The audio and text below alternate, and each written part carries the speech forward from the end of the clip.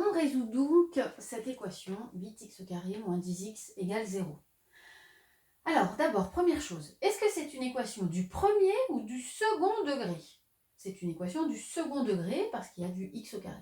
Et les seules équations du second degré que vous savez résoudre, ce sont les équations produit nul. Alors, est-ce que ça, ce ne serait pas une équation produit nul?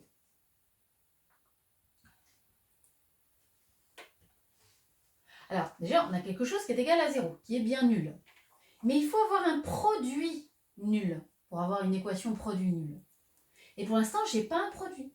Donc ça, il faut le transformer en produit. C'est l'objet de la première question. On vous demande de factoriser 8x au carré moins 10x. Factoriser, ça veut bien dire transformer en produit. Alors, pour factoriser, j'ai deux solutions. Est-ce que j'ai un facteur commun? D'abord, est-ce que je peux repérer un facteur commun? C'est la première façon de factoriser. Eh bien oui, là vous avez un facteur commun. Qui est le facteur commun? C'est x. Vous l'avez dans ce terme et dans ce terme. Je mets donc x en facteur. J'ouvre des parenthèses.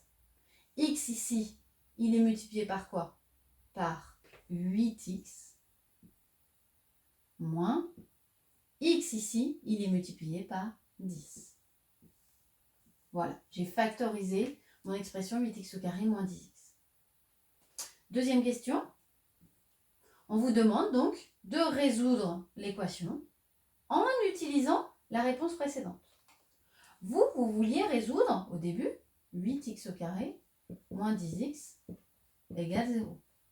Et vous venez de dire que 8x au carré moins 10x c'est égal à x multiplié par 8x moins 10. Donc au lieu d'écrire 8x au carré moins 10x égale 0, je peux écrire x fois 8x moins 10 égale 0. Et là maintenant, j'ai bien une équation produit nul. Hein, j'ai un produit qui est nul. Et un produit de facteurs est nul si l'un de ces facteurs est nul. Donc soit x est égal à 0, ou bien 8x moins 10 est égal à 0. Alors là, j'ai rien à faire. Hein. Ça y est, la petite équation là est déjà résolue. Ici, comme d'habitude, là, le moins 10 n'est pas à sa place. Donc il faut que je fasse plus 10 à gauche et à droite. Vous pouvez aussi vous contenter de le faire dans votre tête, hein, vous n'êtes pas obligé d'écrire les flèches. Hein. Donc ça me permet de me débarrasser de mon moins 10. Il va rester plus que 8x à gauche, et puis à droite, il reste 0 plus 10, 10. Voilà. Et finalement ici, x est égal à 18e. Je peux simplifier ma fraction par 2, je trouve 5 quarts. Vous pouvez aussi donner l'écriture décimale qui est 1,25. Voilà. Voilà la deuxième solution de mon équation. Donc, les solutions de cette équation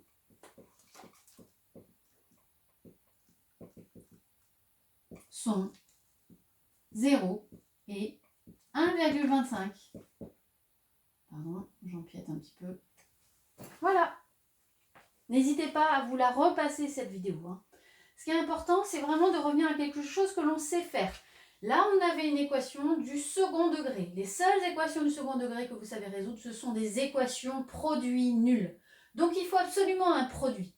C'est pour ça que dans beaucoup d'exercices de cette fiche, la première chose à faire, c'est de transformer l'expression qui est à gauche du signe égal en un produit, c'est-à-dire de factoriser. Et comme ça, on a une équation produit que vous savez résoudre.